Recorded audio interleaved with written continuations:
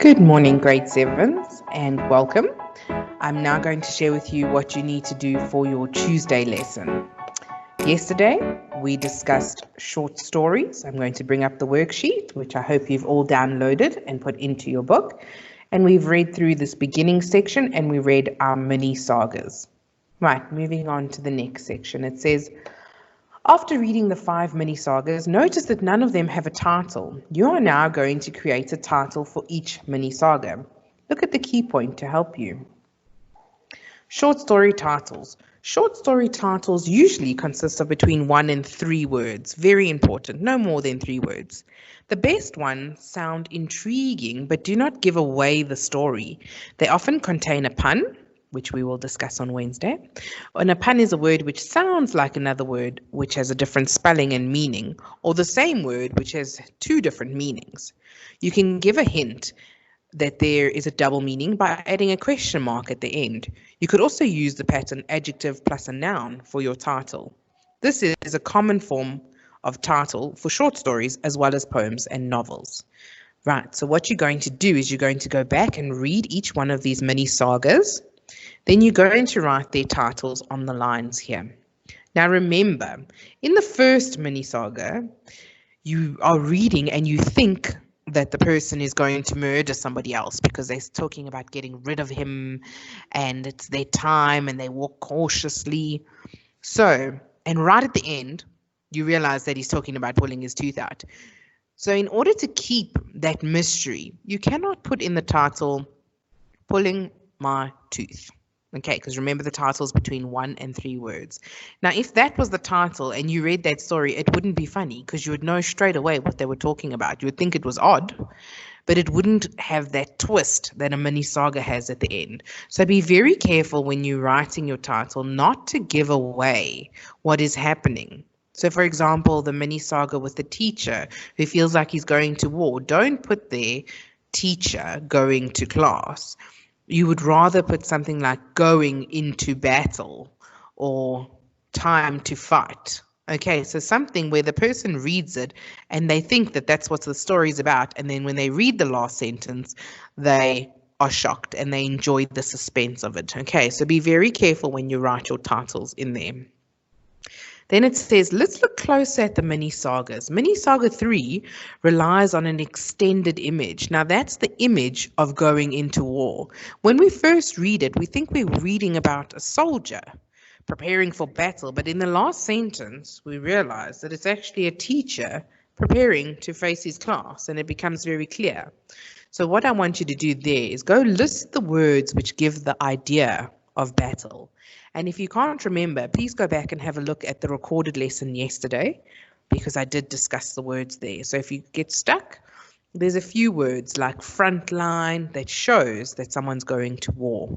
So you need to just write those words on the lines here. Then the next point says, sometimes the meaning of a mini saga is left for you to work out. What do you think mini saga 4 is saying about Mrs. Bailey? So go back and read and you tell me, what type of teacher is Mrs. Bailey?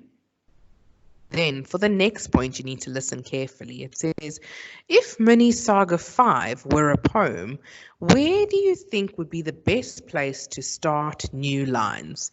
Now, we are talking about a poem that has short sentences, short lines. Now, there's no space for you to rewrite the poem because I don't want you to do that. I want you to go back in your worksheet, go and have a look. Mini saga 5. If I was to divide this story up using the exact same words that are here into a poem, where would I divide them? And I want you to take a color pen and you're going to just do a little slash where you would stop the sentence and start the next one. So for example, I would say, sitting, watching, Googling at the box. And I would have then put a full stop there. And I would start my next sentence, if it was a poem, with his legs begin to shrink, and then I would put another line there, and the next sentence would start, his bottom grows fatter and fatter. Okay, so you get the idea. So you decide where you would divide the story up by putting a slash on that line. Okay, Right, then let's move on to the next page. It says punctuation and grammar are very important in very short narratives for saving words and for creating tone or creating the emotion. In the 5 mini sagas, find examples of the following and think about how they are used and what effect is created. So you are going to go and have a look, and it tells you which mini saga to have a look in and to write down the examples. So the first thing is present participles.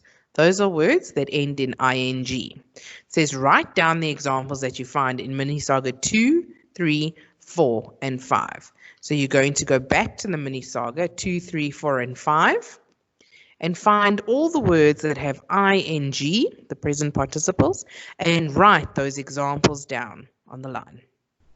Then for the next one is dashes.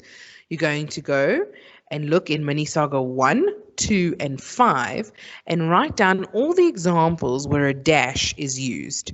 So what you do is write down the word in front of the dash, and then the word after the dash. Okay. Then you're going to do the same thing for direct speech. Write down the examples from mini saga 3 and 4 on the line here. So direct speech, go and have a look. You'll see your inverted commas and you write down the direct speech from the mini saga. Okay, so that's what you need to do for your Tuesday lesson.